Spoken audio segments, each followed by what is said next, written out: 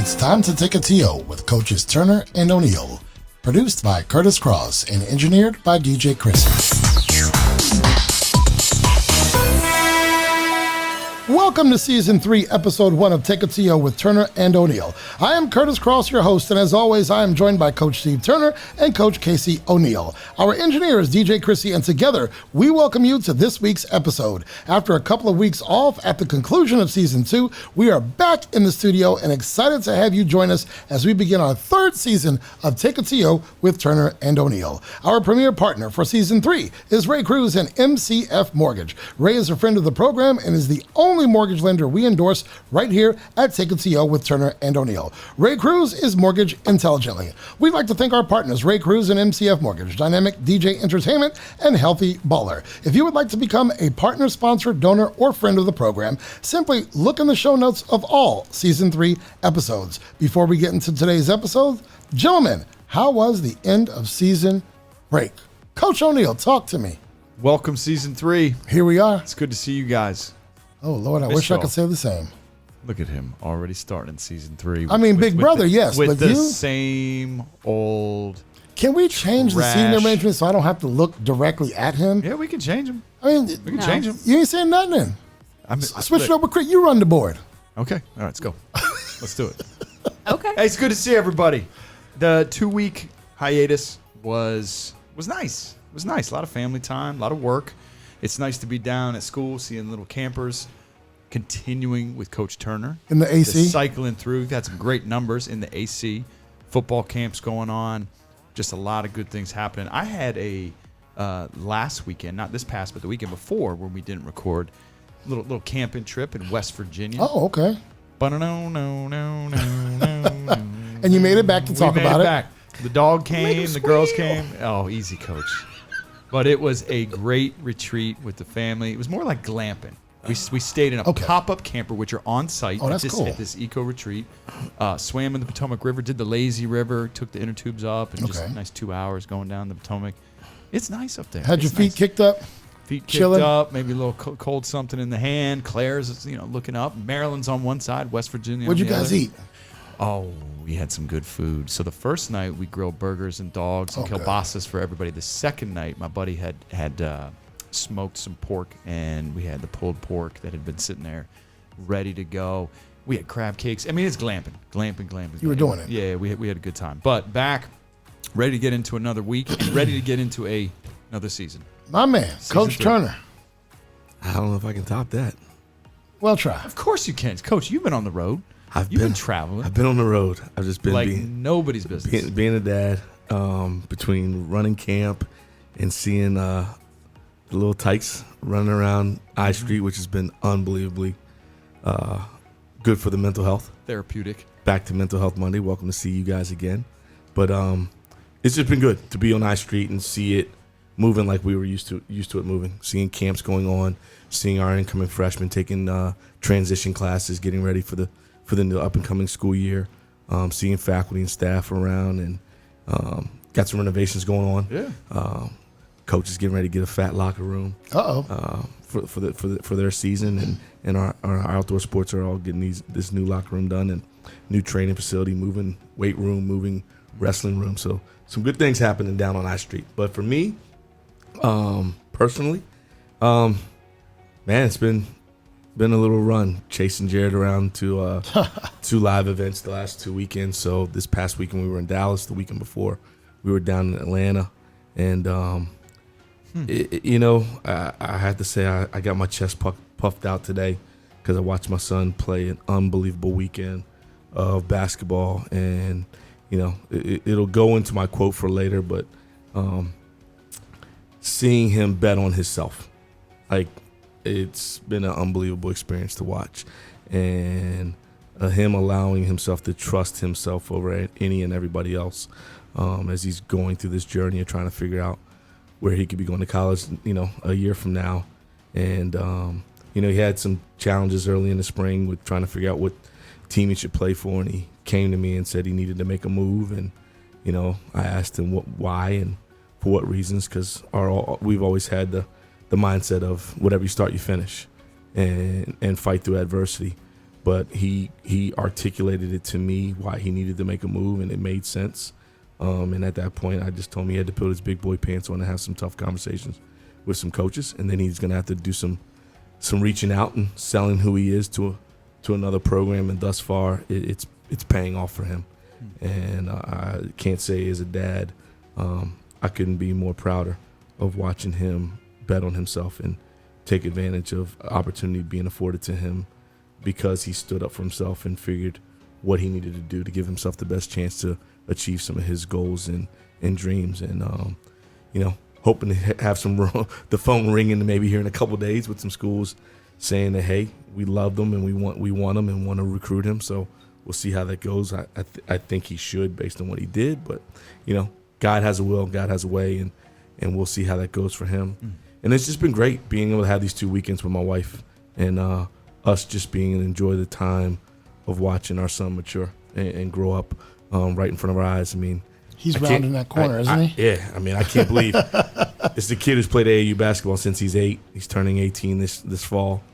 And next weekend, or this coming weekend, I should say, Friday through Sunday, be end of AAU, end of club basketball. So, is this the Jared that when I went to Purple Eagle Madness years ago is sitting on the bench and dribbling the ball and playing keep away from my son, right? That's him. All right. It's him. He's grown about 13, 14 inches since then. He says, how can you top my little intro there? I'm like, I think you just did. Right? Yeah, I mean, I'm locked in. Talk about being humble, Beautifully right? said, Coach Turner. Thank you. Well, we're all proud of what Jared has done.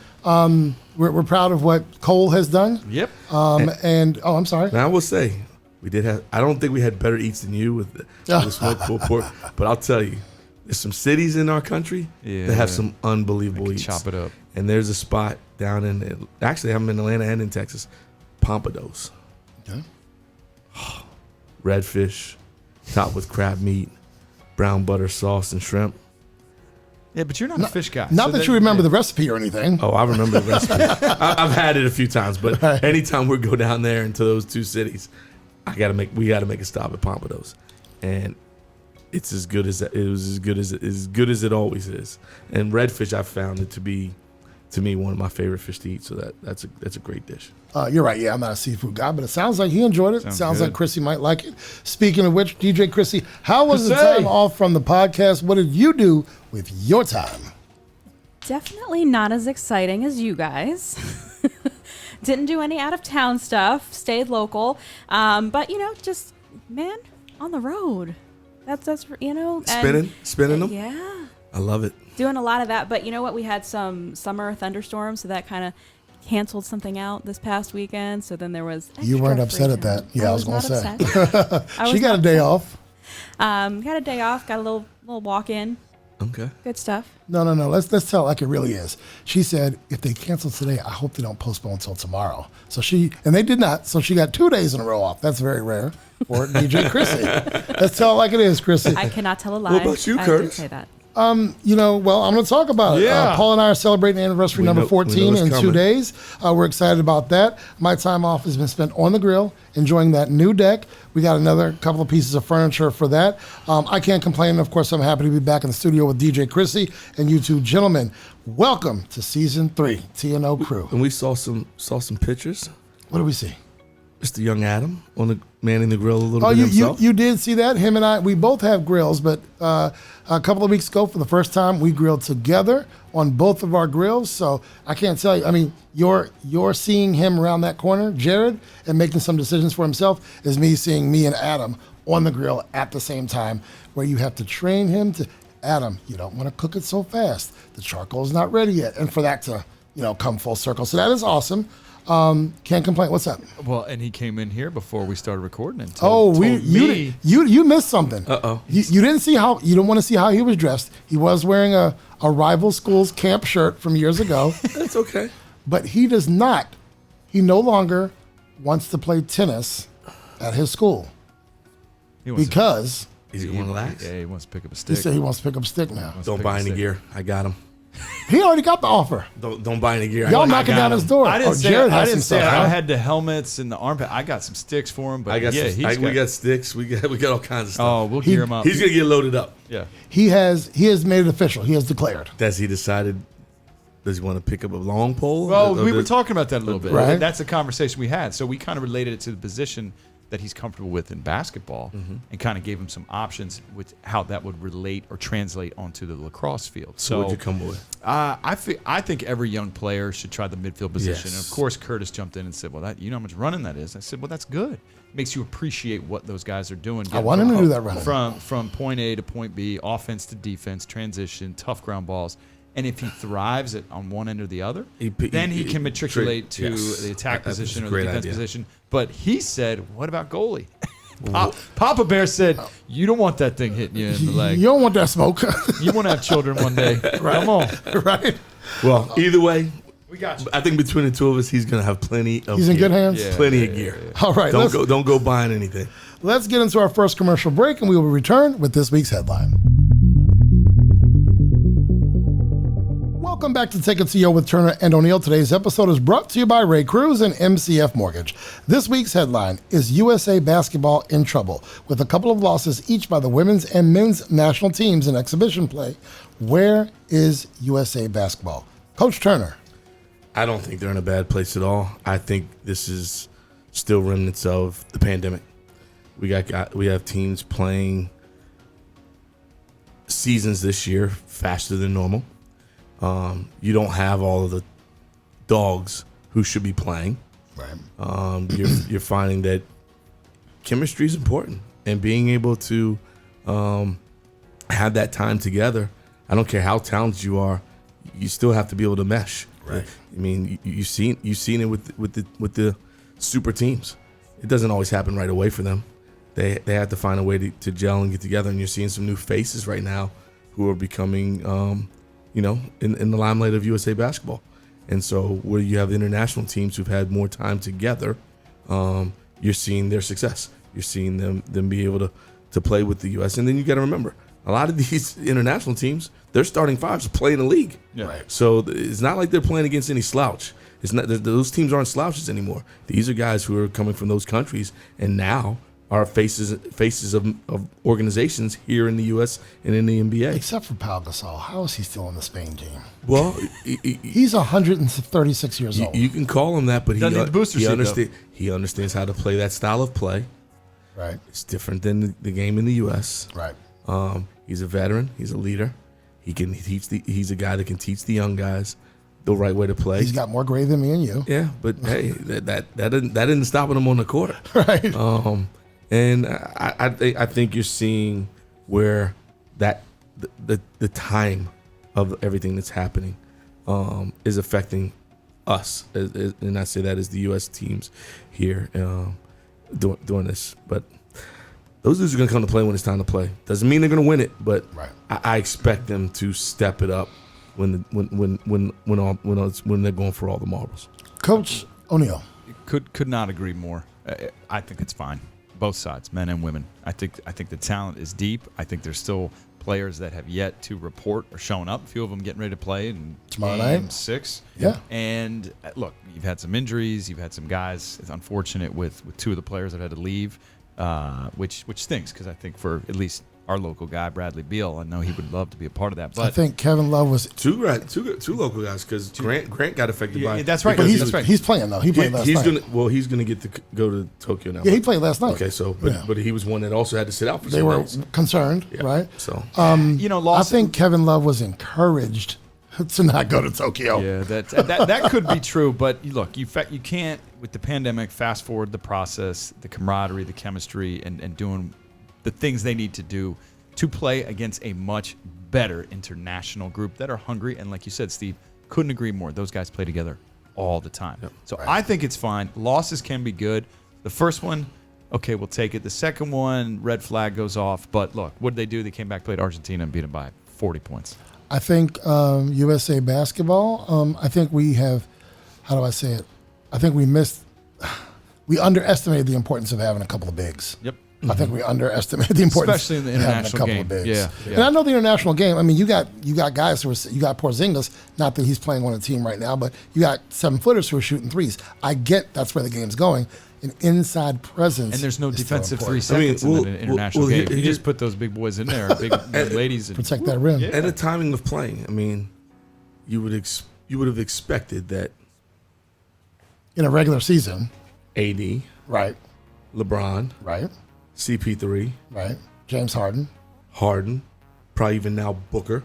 Those 5 guys would be involved heavily with this group, except for Harden because he's in Paris getting arrested with 2 chains. Well, we're not going to talk about that one. But, he's at Paris Fashion Week. But either way, those are guys that would normally be on this team, right? And those are guys who have a chemistry with some of the core of this team, right? Because they've played in some of the international ball. We've together. got one returning USA basketball guy, KD, KD, who's still fluid as he wants to be. Yep.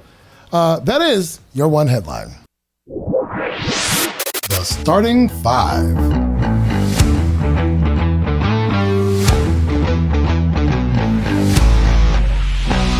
Welcome back to Take It To You with Turner and O'Neill. I am your host, Kurtis Cross, and I'm with Coach Steve Turner and Casey O'Neill. Our engineer is DJ Krissy, and we are up to our weekly starting 5. 5 questions I will ask of each coach, and they have 30 seconds to answer each question. They can defer 1 question each, and of course, we have our rapid fire round as well.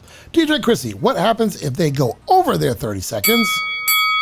I mean, she dinged it before I even said it. Am I getting it? We starting season 3 like that? She's on fire. Just off the break? Rapid fire. She's ready.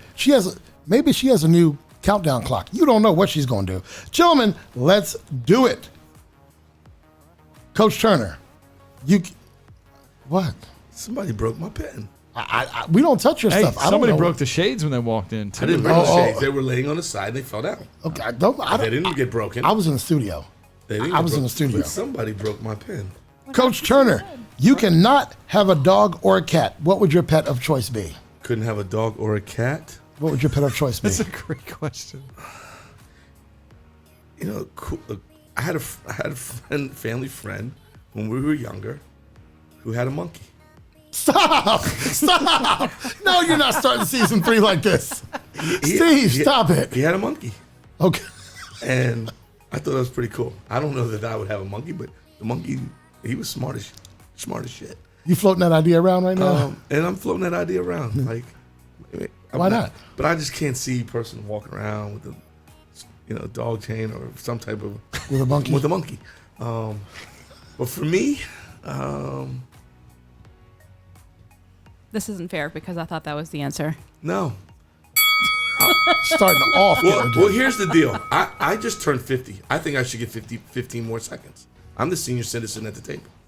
AARP? Yeah. Right. I get to go. I get discounts now. Give him 15. All right. The clock starts. Okay. 9, 8, 7, 6, 5, 4, 3. Horse. Horse. All right. He has a pet horse. Coach O'Neill, what do you have? No dog, no cat. Growing up, we had a little jaybird, parakeet, little bird. Okay. I'm telling you, man, that was a great pet. But I'm going to go bigger. I'm going to go with one of those big-ass falcons that just fly in. Oh, shit. Right on the arm. How cool would that be? That would be pretty cool. That'd be pretty cool. As long as it comes back. War Eagle, War Eagle, baby. Name the celebrity you want to hang out with. I want to hang out with... I think I'd want to... Matthew McConaughey, I think it'd be fun to hang out with. All right. I'll interrupt with Paula will always pick Snoop Dogg. That's what she wants to hang out with. Oh, that's a good one, too. Who you got, Coach Turner? Let's call them. They got to be alive, of course. Jay-Z. Oh, that's another good one. All right. It's for a lot of reasons. All right. I want to pick his mind on business. Sure. And I've just seen so much of what kind of partying he's done. I would love to be a part of that. All right. Biggest misconception that the average person has about your coaching job? That it's easy. I mean, as I like to say, heavy is the head that wears the crown. Everyone thinks that coaching high school sports or coaching any sport is all about the glitz and glamour of the evening of the game. There's way more to it, and believe me, you don't have a clue of it until you get your opportunity to So 7:30. Sit in that seat. Yeah, it's 7:30 on Friday night is when they think it starts. Right. Yeah. All right. Coach O'Neill.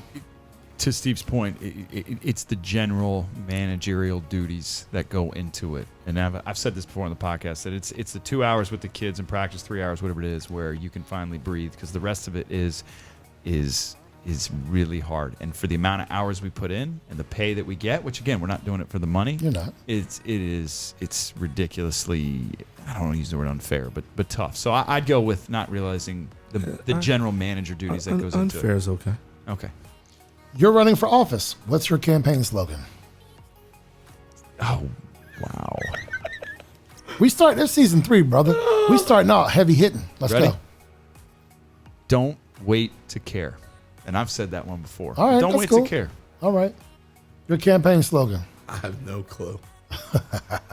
We're rapid fire next. There's no more deferral. I'm going with my new brand, which will be coming out soon. SOS, Substance Over Sexy. All right. Let's go. Casey, another city you can see yourself living in.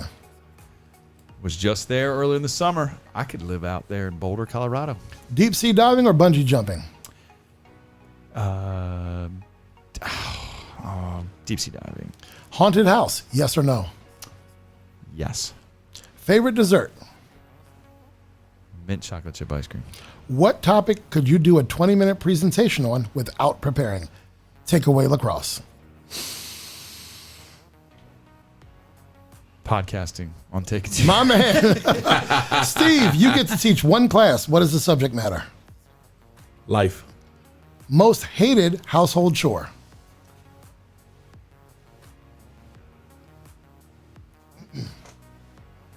It's cutting the grass. Sir Richard Branson recently took a crew into space. If asked, would you join him on a future mission? No. But Jeff Bezos is going tomorrow. You could go with him tomorrow. No, I'm not going to outer space. Take away your hard drive of photos, because I don't think that is material. Your most treasured material possession. A wedding ring. See, I don't think that's material. That's like part of your DNA, though. Like something frivolous of yours. Give me an example. Treasured most, like your pool table or something. So I know you treasure your wedding ring, but I don't think that's Your material. old baseball glove, or like that sweet driver or putter you have? Or something that's signed. I would say my card collection. Okay, there you go. There you go. All right. Biggest vehicle you've ever driven?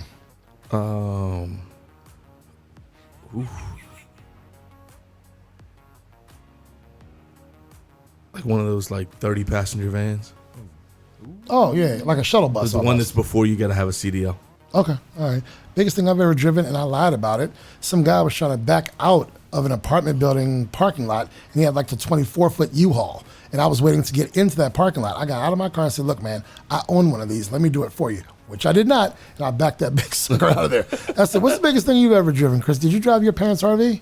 Yes. Her parents had an RV. When I say RV, I mean the Garth Brooks Tour RV. Like it sits on a semi chassis, right? A bus. Chassis. I'm sorry, like a bus, like a Greyhound bus chassis. It's 42 feet long. No, thank Yeah, her dad had the big boy, the Plus, it was towing a minivan. Oh, the 200,000 big boy. Which, you by the way, bad girl. I win. You're a bad girl. when he brought it home and went to go get gas, he crashed that bad boy before he even got it home. No. Because he turns to the gas station, and you know those cement spikes that are right across the side of it before you even got it home. Biggest thing you've ever driven? It's got to be the same that Steve, one of those 30 passenger. Like Easily. taking kids to a game Actually, or something? no, I take it back. Grown up in a family who's a construction company, one of those big old trucks. So ones that they might require you. So back in the 90s, I would do it. But did you have a CDL at the time? No. And stick shift on one of those things. Oh, yeah, no. You know what? yeah. Ooh. That might be That's a actually big the boy. same as me. Okay. Man, yeah, it was a big truck. No, 24-foot U-Haul. That's the biggest I've ever driven. Ladies and gentlemen, that is your starting five. The starting five.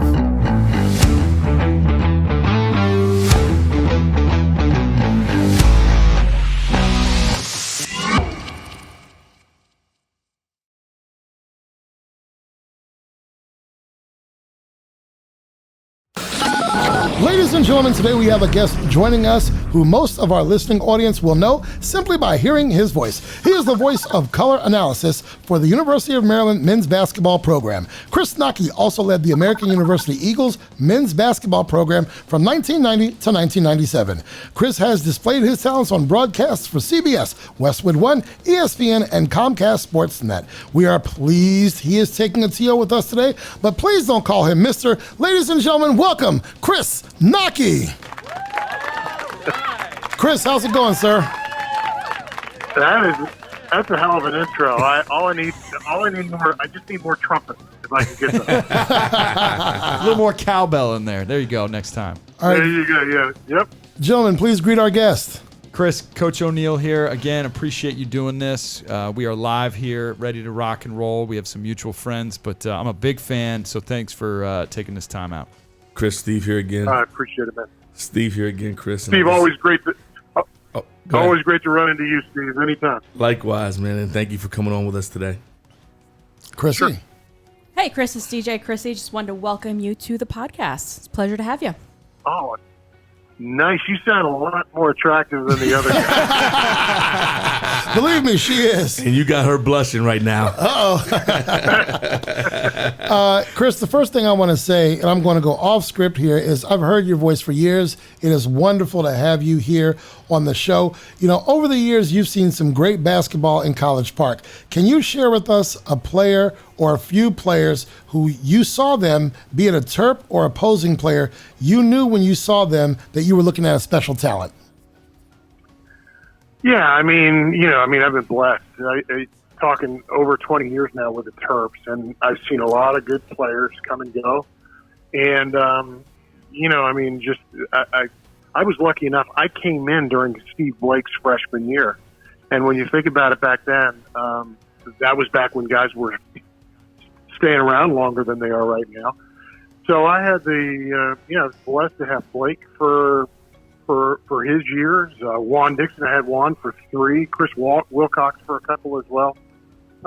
Terrence Morris, who was a fantastic college player. Great guys at the beginning. And then, man, just fast forward through the middle of that,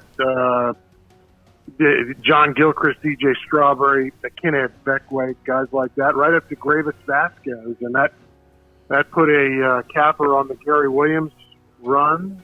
And then Mark Turgeon's had a bunch of good players himself.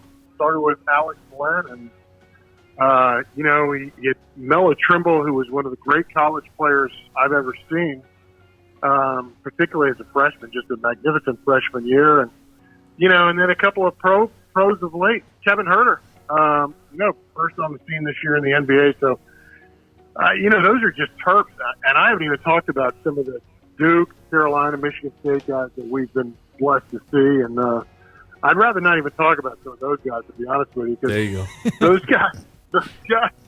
Those guys weren't fun to deal with from time to time. They're fun to watch, but my checks that come every month have University of Maryland on them. They don't have a Spartan or a Tar Heel or a Blue Devil, thank God. So I root for the home team for sure. Well, thank you for that answer, sir.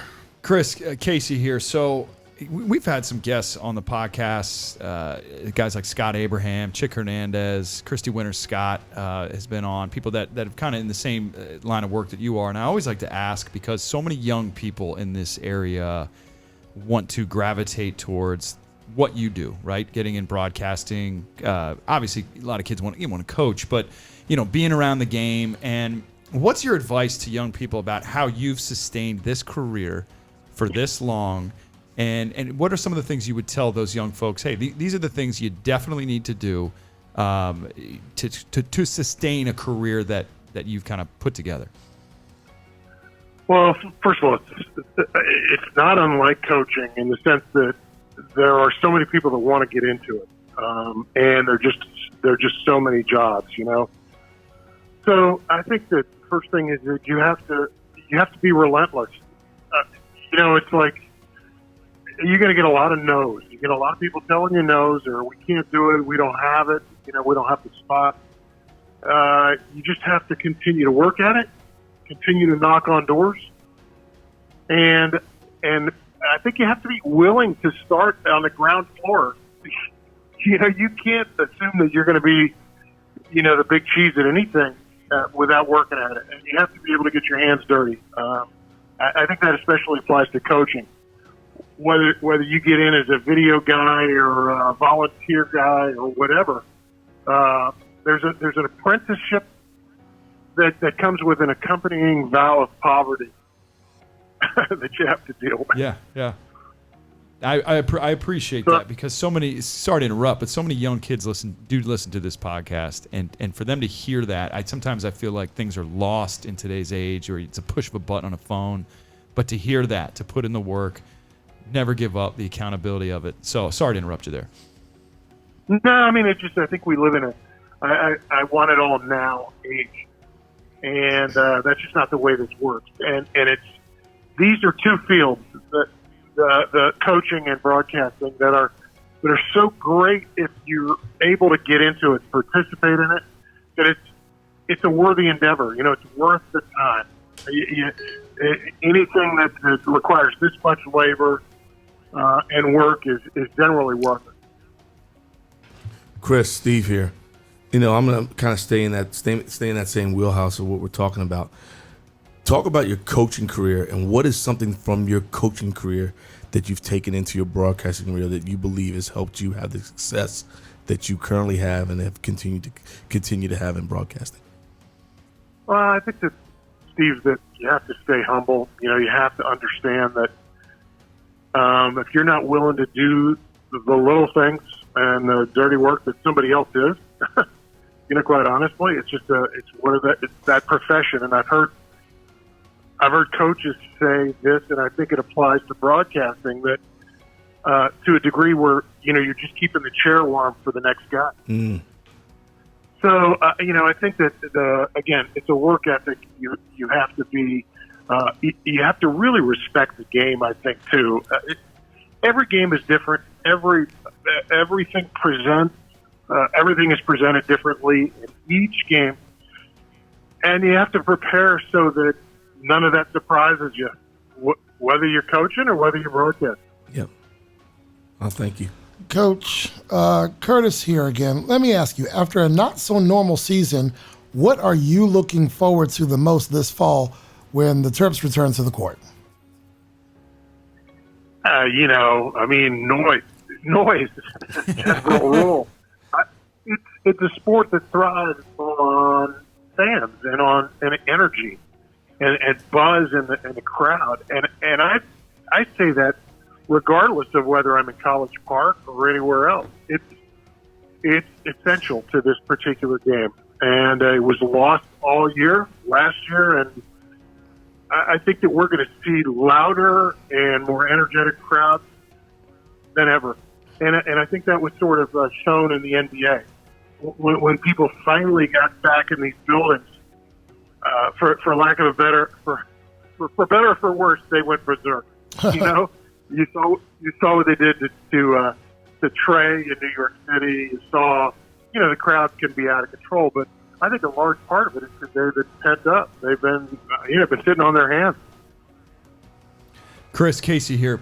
So your job is very cool. We talked about that. A lot of people want to get in that business, but outside of a great Maryland win, right, a buzzer beater or something where that crowd you were just talking about goes crazy, what is your favorite part of the job? Is it when you get there early and the guys are warming up or shooting and talking to friends or maybe some broadcaster friends from the other team?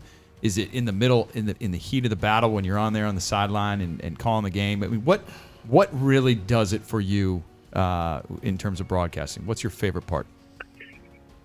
First of all, that is a question that I am surprised very few people ever ask me. And it's funny. I think Steve would tell you this, and anybody who's coached, who's been in charge of a team would tell you this, that when you don't have it, when you're gone from it and you're no longer coaching, the one thing that you'll miss more than anything is the camaraderie that you have with your staff. Yep. And to some degree, the players. I have to be honest with you, by the time I left coaching, I was a little worn out by the players. I didn't miss I didn't miss them for some time. But the camaraderie that you have with your coaches is one of those things that you'll never forget, and you'll rarely have again when you don't have it. And so to that point, one of the things I like to do is, if I get into the gym early, which I do, I like to talk some X's and O's. I like to talk about what's been going on in practice, who's doing what, who's looking like what, and it's not just with the Maryland guys. One of the blessings of being in the job for 22 years and having coached before that is the fact that I know a lot of guys in the business, and I know a lot of the other coaches that come into the building or that we go visit. So I get a chance to sit there and pick their brains for a while. If I go do a pregame interview with Fran McCaffrey from Iowa or Tom Izzo from Michigan State, I'll do the interview for 5 minutes for the pregame, and then I'll spend 20 minutes in the locker room. And generally speaking, he's got the dry erase board filled out with a game plan and everything they want to do. And so it's pretty cool. I mean, I never take that part of it for granted. That's awesome. I was gonna go somewhere else with you on this, Chris, but you just made it go to another direction.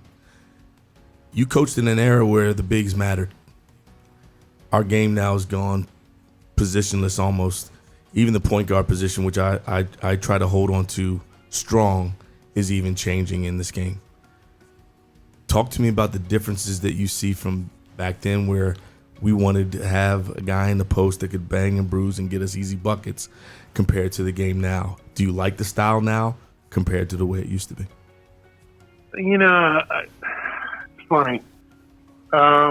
Steve, when the shots are falling, like in game 2, okay? Game 2 of the NBA Finals, and I'm going to go all dirty here, so I apologize. That's okay.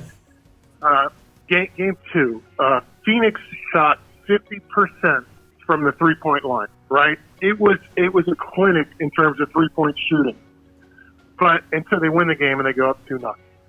But if you watch the game and you look at sort of the underlying stats and everything that happened in that game, I honestly felt that the series turned in that game, even though the Bucks lost.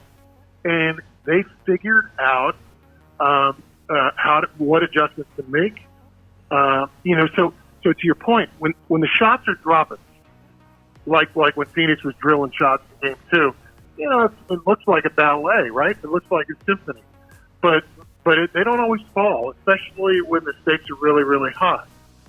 And so I think that's a lesson to take home. That when you ratchet, the defense is ratcheted up, those jumpers don't always fall. So to your point, I don't care for it, but part of that has to be, I got into college basketball in 1976, so I'm old, and old habits die hard, and it's just it's the way things are, and I'm not going to say it's progress, but what it is, it's a different way of playing the game, and I respect the game. I'll give it a shot, and we'll see where all this goes, but I think the pendulum will swing back. I want to turn your attention to Brenda Frese and the women's side of Maryland basketball. You've seen Brenda's success over the years. Is there something you can point to that affords her program the edge whereby the Lady Terps are always in the Big Ten conversation and, of course, the national conversation? Yeah, I mean, and it doesn't – I wish I could tell you I was more involved with the program than I am. But, the expression – in the men's game about it's not so much about the X's and O's, it's about the Jimmy and Joes. And obviously Brenda doesn't have any Jimmy and Joes on her team, but she recruits her tail off, and they have good players. She coaches them up. She's very demanding, and she's not everybody's cup of tea. But man, does she produce and win, and she is a big time winner. They are used to nothing less than Big Ten championships in that program, and that's all her. That's sports of personality stuff. Let me ask you this: you know my guy Bob Johnson over there who sits at the scores table, don't you? Sure. Mm-hmm. Just a good friend of mine. That's all. Just a side comment. I forgot. I know that guy over there. Go. Him and I do some work like he does over at AU and GW and some places. So him and I have become friends over the years. Coach Casey. Chris, my last question. It's a two-part question. So this one is going to take you back a little bit. So if there is one coach that you could work with, alive or dead, okay, who would it be? And then second part of the question, somebody you could call a game with. Now, granted, Johnny Holiday, and by the way, a little side note, his son-in-law, I graduated from Gonzaga with Bob McCarthy. Bob McCarthy. Bob and I man, Bob, yeah. graduated 96 together. So is there one coach, dead or alive, that you're like, I wish I was on that staff or coaching with him all time, and somebody to call a game with and take Mr. Holiday out of there? It's somebody that you're like, that would be a lot of fun. So let me get this straight. So you just voted Johnny off the island? No. Yeah, you did. Well, Yeah, you you can pick did. Johnny. Okay, you can pick Johnny. We love him. We love him. Let's on the coaching side. I'd love to have never had a chance to meet John Wooden, I suppose. That would be a part of it. Beyond that, in terms of contemporaries, guys that I would be interested in working with would be, or just seeing what they had going on. Mark Few, of course, Brad Stevens, I think it'd be fantastic. Guys like that. But, and then you get the Mount Rushmore guys. I got a chance to know Tom Izzo over the years. Yeah. I would tell you that Gary Williams, but I played for him. And so he scared the shit out of me so bad. I don't think I ever coached him. So, there are a lot of great coaches, but that's just to name a few. And to do games, gosh, when I was doing the NCAA with CBS, I worked with a guy named Joel Mose, who's the voice. I think he's the voice of the Pelicans now. He's been around the block. He was fantastic. Kurtis is going crazy with that answer. He used to be a Laker, right? He was with the Lakers for a while. That's my guy, Joel. He was with the Lakers, yeah, he's very good, very good. And, there are a lot of real quality guys out there. I think the thing is that, some of these guys are so recognizable. I would be tempted to say Jim Nantz, but if I'm ever working with Jim Nantz, I'm doing a Final Four, right, or a regional final. Right. And at this stage, I don't think that's happening for me, but I'll throw his name out there anyways. How about that? Well, let's get the Terps back to that Final Four this year and get you right there on He'll this be side. calling it, Let's do it. I don't know that Jim will talk to me. Last time I talked to him, I interviewed him for a pregame show, and I suggested to him that the CBS has input in the matchups that the NCAA sets with the tournament. And he was furious with the question. Yeah, he did not like it at all. Oh. He's like, we don't have one thing to do, and yet they come up with these incredible made-for-TV matchups Right. Right out of the chute, first and second weekend. So I'll believe it. I'll believe it when I hear it, when I see it for myself. Keep giving him hell. Whatever. That's good. Yeah, there you go. Chris, my last question, and I'm going to take you back to Maryland's men's basketball. They were ready to make a run before COVID hit. And now you've seen a team that is being kind of revamped because guys are moving on. I think watching what Coach Turgeon's done thus far in the portal, which I hate, by the way, but we can talk about that another time. How do you see the Terps being this year? And what kind of run do you think they can make on the men's side at a Big Ten championship, and even going further into the national championship? Yeah, the portal's a disaster. And I don't know any coach that would have voted for it or that wanted it. And I'm afraid the toothpaste is out of the tube now, and it's just going to get worse for programs. And I can't imagine what it's like to be a mid-major coach now, where you develop a kid for a year or two, and then all of a sudden comes into your office and says, I'd like to transfer to Maryland, or I'd like to transfer to Ohio State, something like that. Where's the gratitude with something like that? But I think the Terps will be good. The thing about it is they have a bunch of new faces. But that's like college basketball, man. Every team has a bunch of new faces using that portal, and when you also think about the guys that have been lost, particularly in the Big Ten, you think about all the really great players from this past year in the Big Ten, they're virtually all gone. So it'll be an interesting year. I expect them to be very, very good. They're used to winning. They're used to achieving, and I think they'll be fine. I don't know what the other teams have at this point in time, so it's really hard to make an educated guess. Gotcha. Chris, one more thing, and it's still in that wheelhouse. With this transfer portal, outside of the Ivy League teams, who seem to be the only group not trying to use the portal to advance and grow their programs, is the word culture gone in college sports? I'm sorry. I said, is the word what? Culture.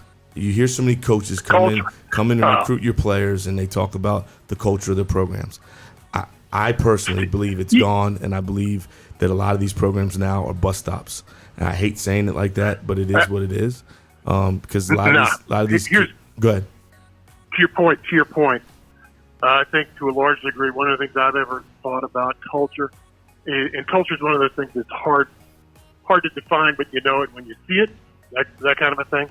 I think culture comes with continuity, and you have no continuity. I mean, to your point about it being there are now 350 Division I programs that serve as bus stops for these kids, and I don't know how you can develop sort of chemistry and continuity and thus culture if these kids are there for a matter of months.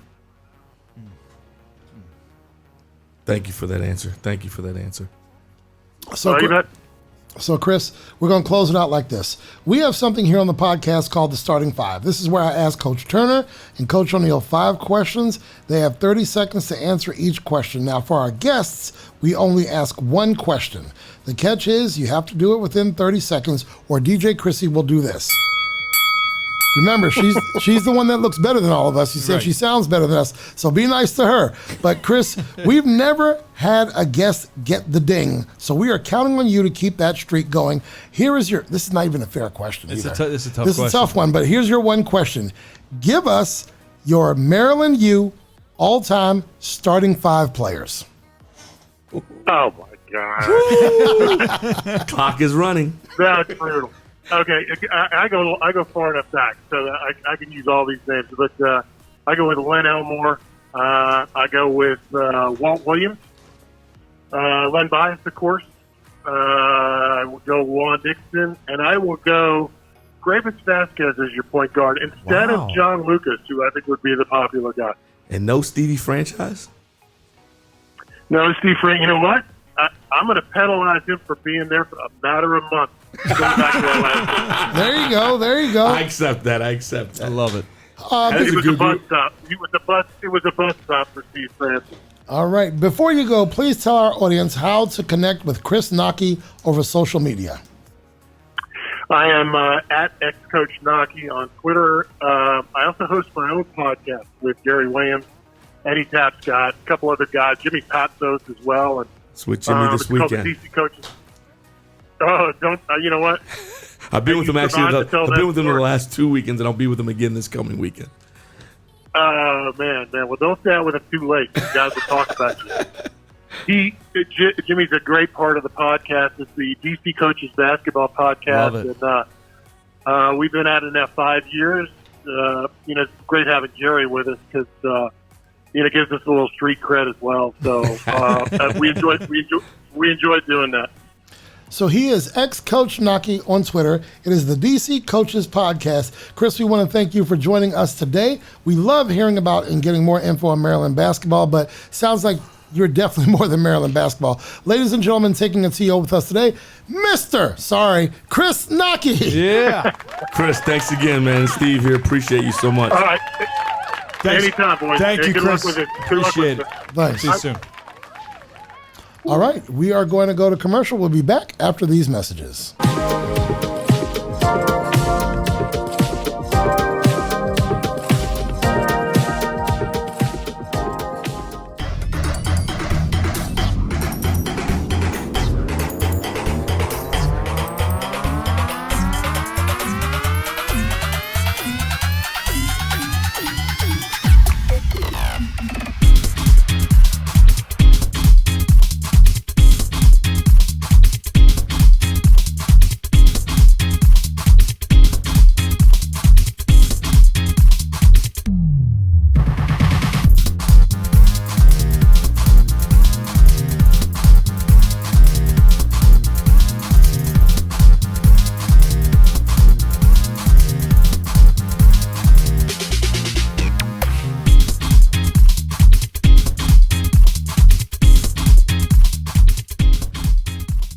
are back with Take It to Yo with Turner and O'Neill. Thanks for listening and watching as we enjoy meeting you here each week. Gentlemen, Chris Knoche has been on Terps basketball for years. We've had our share of media personalities on the podcast. I would like to say that here's what I know about Chris Knoche. He's very matter of fact. He knows his stuff. He doesn't beat around the bush. And what I love the most, he's part of that old school. So like me, and he mentioned Joel Myers. He lit you up with the Lakers. Yeah, he did. That's my Lakers call. I was so not happy when Joel Myers left. And we had Spiro Adidas too. Do you guys know Spiro Adidas? No. He calls games too for Westwood One Radio. But he likes the old school game like I love. But your thoughts on Chris Knoche? Great guy, great guest. Was great to listen and hear. You know, I always ask that question about advice for the young folks, and I love how the consistency of those answers, especially when he said, just stay with it, stay humble. Stay the course. Stay the course and keep working. Love hearing him, especially about what his favorite part is. And he goes back to, look, it'll never be the same as coaching, right? The memories you have in the locker room, the camaraderie. But just going in there and seeing the X's and O's and walking into the locker room and seeing the game scout report on the board or the game plan on the board and just not taking it for granted, the job he has. You can tell he appreciates what he does, that he gets to go and call these games and be around good, like-minded people that love basketball. Fantastic guy. And a friend of mine who plays golf with him a little bit and they work together as well. Said the same thing. He said, you're gonna love Mr. Knoche. You're gonna love him, but he just very grateful for him to spend the time with us and I wonder if when he walks in those locker rooms, if he gets his fill and doesn't feel the urge to get back. I've seen enough. I've talked to Izzo. I've talked to this guy. I've talked to that guy. Yeah. I'm good.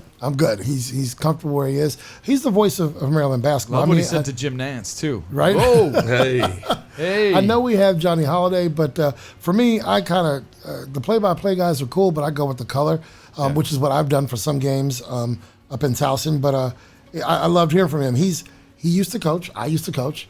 He's behind a mic. I'm behind a mic, so I can really relate to that. What about you? What is your take on that? I mean, certainly all the answers that he gave us were great.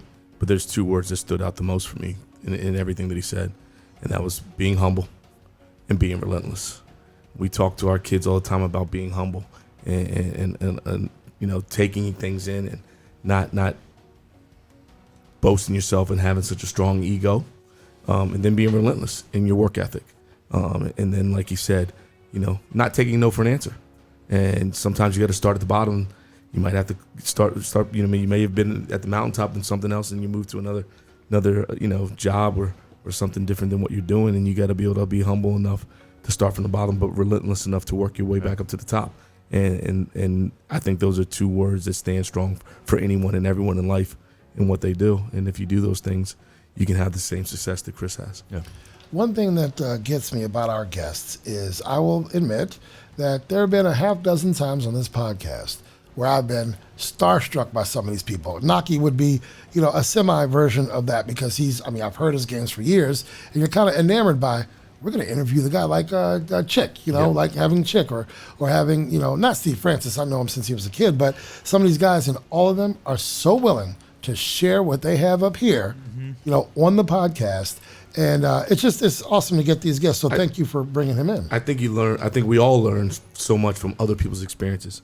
And I think, hey, season 3 right now, we've gone through 2 seasons, and there's certainly a lot of things that have been reiterated through our different guests over the first 2 seasons. And starting now in season 3, Chris giving some great nuggets to us, but even more to the young men and women listening out there who want to have an opportunity to maybe be in the same seat that he's in. And so let's keep this thing rolling. And it's even like when we have Mike Jones on the show, the untrained mind who thinks her job is easy thinks he would never bring Mike Jones on. They're butting heads, on the sidelines. But, when you get to this position where you're coaching, there's a respect. You respect Landon's coach or Prep's coach or whoever. You respect, Bishop McNamara's coach and St. Mary's Riken's coach. It's that camaraderie. It's that camaraderie he talked about. You talk about it a lot of times in your own profession. Iron sharpens iron. You said that. And if you are thick enough in your own skin, right, certainly be easy to bring on the rival guest to be a guest and to give their wisdom. Hey, sometimes you may be able to steal a little bit of their wisdom, and they don't mind sharing. And they don't mind sharing. And like we've always said in the game, we're not reinventing the wheel. Right. We may be changing and mixing up some things that we do, but a lot of what we do has been done before us, and hopefully we're able to enhance it, develop it even more, and be able to give back to the young men and women that we coach on a day-to-day basis. Don't enhance it by making it a 3-point game, because Chris Knoche don't like that. But I could say that the number one thing that to enhance today's kid is up here. Oh, the mind, no doubt. You got to be Mamba mentality, baby. You got to have that strong mind between the ears, because again, Chris touched on it. It's a fast fix. Give me something today. Well, the digital age has created whether that. it's playing or getting into a field of work that you think that you deserve, and it's not being able to handle that closed door, and not being able to handle that no being told to you. So I think the biggest service, and he touched on a little bit, is telling these kids to stay humble, stay hungry, and just continue to work it out. We're coming right back with our weekly sports wrap-up. DJ Krissy, let's do it.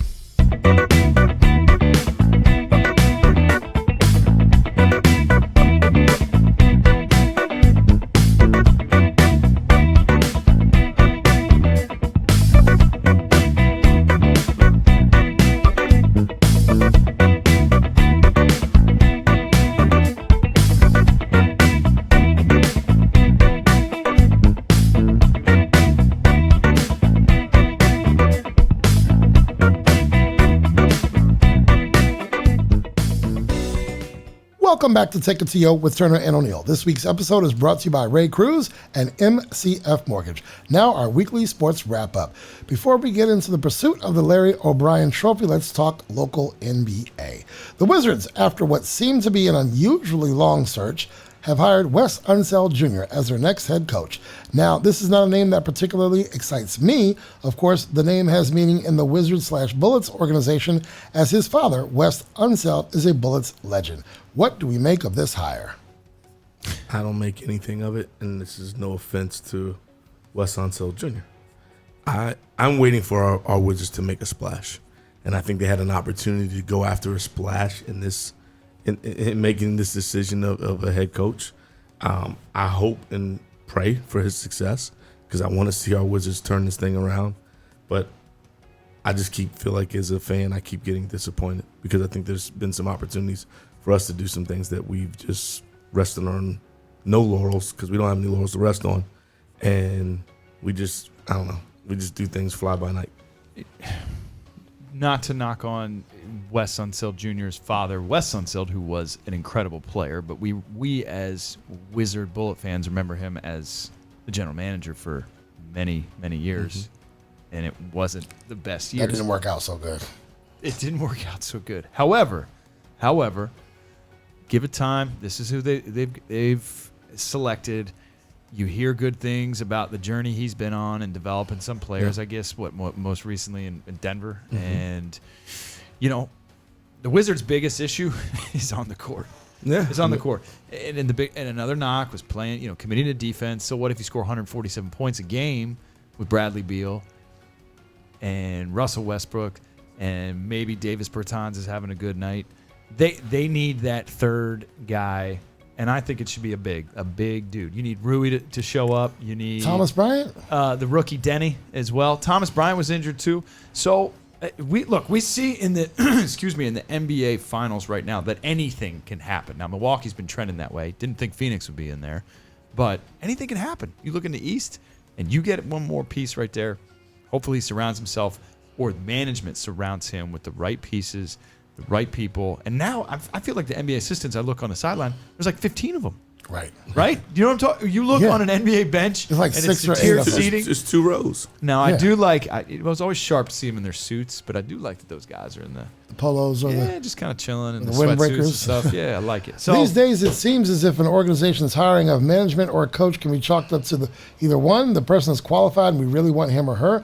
2, the candidate has a history with us and it makes sense to hire them. 3, we are rebuilding and we will do it with insert name here, or this is a big splash and we want to sell seats and get fans excited. Steve, which one of these did the Wizards hit? Because I don't know. I can't say that it's 1 through 4 for me at all. I mean, but outside of a handful of coaches, right, NBA coaches, who's available that makes a splash.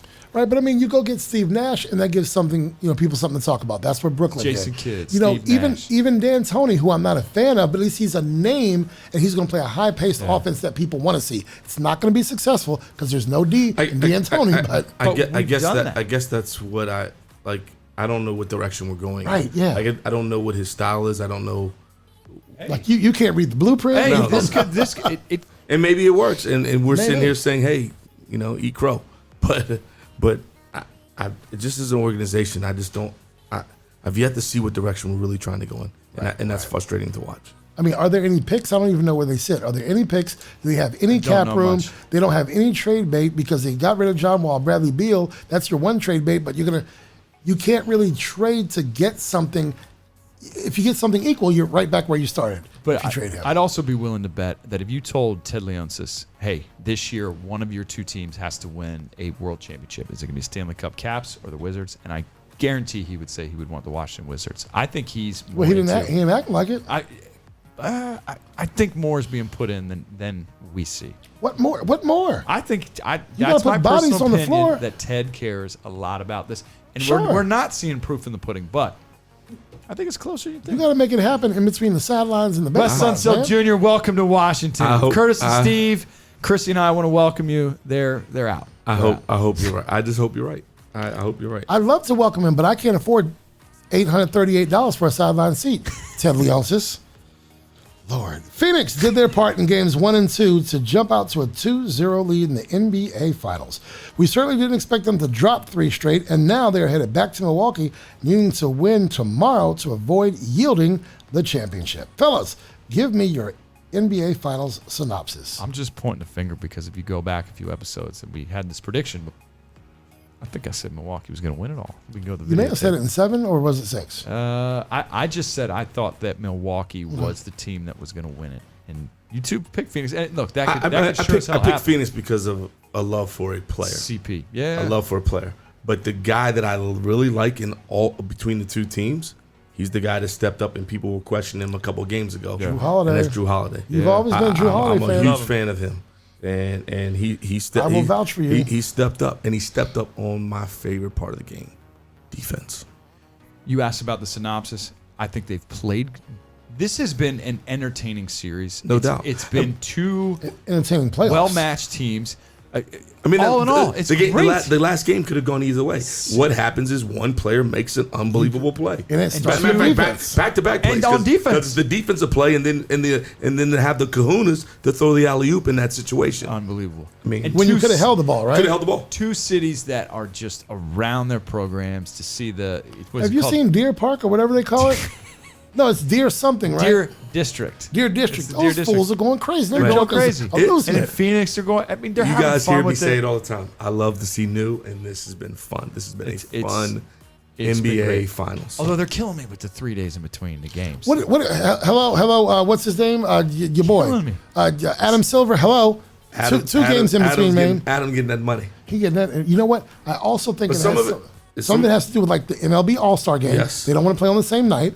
They don't want to play the same night that the WNBA All-Star game is playing. I mean, I get that. I get it, but we're here. That's- It's July 19th. They want You see all the Let's get it money. in. All the money. I bet the So players. you don't almost mind going it. back to school and they're And the still players. playing. I just want Well, that one day in between. I and think go. we're also getting fresher players for every night's game. I don't have a problem with that either. Well, Phoenix don't look fresh because DeAndre Ayton, where is he? Where's Jay Crowder? Hello? Because and Chris Paul, I mean, I heard all these stats, and I want him to win. Don't get me wrong. I've heard all these stats. He's had 35 assists and only 1 turnover. The turnovers are mounting up, and I hate it for this guy right now because I'd like to see them do it. The Bucks have made some great adjustments on how they're playing them. Yeah, too. but he's Mr. Basketball. I get it. Well, we're gonna see tomorrow night. We will. We saw what I believe most would see as a largely successful MLB All-Star Week. From the home run derby with Pete Alonso as the winner, he's a Met by far, I was just to gonna the say game that. Why itself is that and his name Vlad there? Guerrero Jr. as the game's MVP, Major League Baseball put on a show. This season, pitching is better, hitting is better, in many regard, Shohei Ohtani as a once-in-a-lifetime talent. Your thoughts on the show that MLB is putting out there this year? And by the way, very glad to see the game being played by so many different looking people. Yes. Otani, Guerrero, Alonso. You can't have three. Soto, You can't Pete have Alonso. three Yeah. different looking faces. Yeah. And these guys represent baseball. They represent. Your opinions? My opinion is I think Major League Baseball is in a great position I with agree. young stars, with guys that have been there and done that. Look, out there in Colorado, the Home Run Derby. I mean, what did Soto you hit a expect? 525. What did you think was going to happen? Yeah, what did you think was going to happen? Now, remember, we talked about this. It was supposed to be in Atlanta. Right. And then, obviously... Put it in D.C. and those balls aren't going out like that. But then again, all the fans have to sit in their seats because fools are acting up outside. But we won't talk about that. I like the way Major League Baseball is. They've got a few things, and I think this new owner, not the new owner, but the new commissioner, listens to what the fans say. They made a rule last year with little things like the after 7 innings, the doubleheader, 7 innings. Love that. That's good. I don't like in the bottom innings in extra where they have somebody with immediately on second base. You know that rule? Right. I heard about it. I haven't seen it yet. Well, they saw it. They're trying it out this year. It's like a 6th grade softball it's ridiculous. rule. So they're going back with it. But baseball is exciting. You've got, I mean, like you said, from Alonso to Juan Soto to Shohei Pete Alonso's a Met. Vlad Guerrero, I know he's a Met. Met's got some players, but we're in first place, and we've been there all year long. Oh, boy, here we and go. it's only July. Careful what you wish for. It was Bobby Bonilla Day not too long ago. He got Bobby paid Bonilla again. Day. David Wright. Is David Wright still on the team? Wow. Ron Darling's coming out of the bullpen. Your thoughts on baseball? I'm loving what I'm saying. I love what I'm seeing, and it's a sport that's in a good place. Right. Great athletes, great people.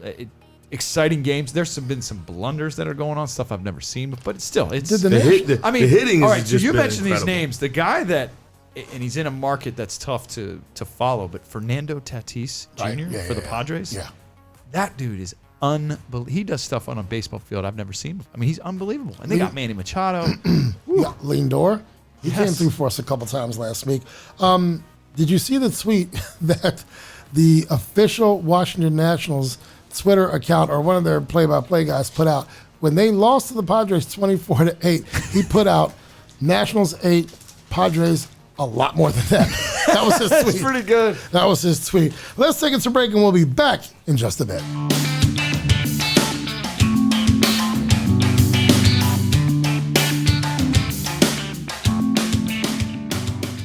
We are back, and it's time to wrap this episode up with some thanks and, of course, our final word. However, I do want to put this bug in your ear. Steelers and Cowboys report this week. Training camps are set to begin, fellas. All teams will report by July 27th in 51 days. Are you ready for some football? Joey T, we know you were listening. Get ready for the 2-minute drill. Go for it, Coach. I think we need to do a fantasy football TO style right here. Let's do it. I don't even like to do it, but I got one will vote. have fun. I got one vote. Don't let Joey T in because he's going to whoop us all. No. Let him He's in. on my team. No, well, hold on, slow down, Krissy. She's just going to take it. You know what? Just take the win. Give her the trophy. I mean, we got to put a cap. I mean, the free agency with 4 people in the teams. I mean, we're going to be picking up dudes. Let Paula left be and right. in. Let Paula. She'll pick all Buffalo Bills and probably whoop our tail. Eric will do it. Leah'll do it. Jared. Nah, she wouldn't do it. Jared might. All right, well, Jared might. You pick your crew. You and Erica can do it. You don't get Joey. You don't get Joey. And not only that, can you be the commissioner of it and run the draft and everything? Krissy, we've been friends for a long All time, right, Krissy. we want a board up. We want all the. We're not A gonna do digital computer- board. Yeah. Digital board, Krissy. No, we write it. We write Can it. it be a dartboard? She just thought she's going to pick players like that. Hey, you just throw the dart at what you want. I want that quarterback. Damn! How she ended with I got Patrick the- Mahomes? How she ended up with Brady, Mahomes, and your Aaron boy, Rodgers. right? I'm really good at darts. Does Aaron Rodgers have a team right now? He'll be back. That'll be with next week. somebody. We invite you to become a friend of the program. To do so, go to www.turnerandoneal.com and click Become a Friend. Friends of the program will have their contributions recognized each week on the podcast and all season long on our website. You can build your brand in front of our audience by becoming an advertiser. Each week, our audience includes thousands of listeners and viewers over more than 15 podcast platforms and, of course, on YouTube. Advertise today, and together we will build your brand. Advertising rates are as low as $20 per episode, so become a donor, sponsor, or partner today. Just visit www.turnerandoneal.com and click Media Kit. We invite you to join the conversation online. Like, follow and add the podcast on Instagram and Facebook. It's Turner O'Neill Podcast. On Twitter, it's Turn On Podcast. Subscribe to our YouTube channel for episode drop alerts, bonus content, and more. You can connect in any or all of those ways by simply going to www.turnerandoneal.com and clicking any of the social media icons. Before we sign off, thanks to our listeners and viewers. This podcast is fueled by you, and we appreciate your support. Thanks to today's guest, Chris Knoche. You can connect with him on Twitter at xcoachknoche. That's xcoach, Knoche on Twitter. Thanks to DJ Krissy, our engineer who makes us sound and look good each week. Thank you, Krissy. Did Chris Knoche hit on you? He made you blush, didn't he? He said you said, just maybe, right? I don't know. What happened? That voice. That voice. Gentlemen, as always, thank you for being the T and O in this podcast. It doesn't happen without you two. DJ Krissy, any final thoughts? Great guest today. It was fun to be back in the studio with you guys. It was kind of weird having a week off. Mm-hmm. I didn't know what to do with my Monday.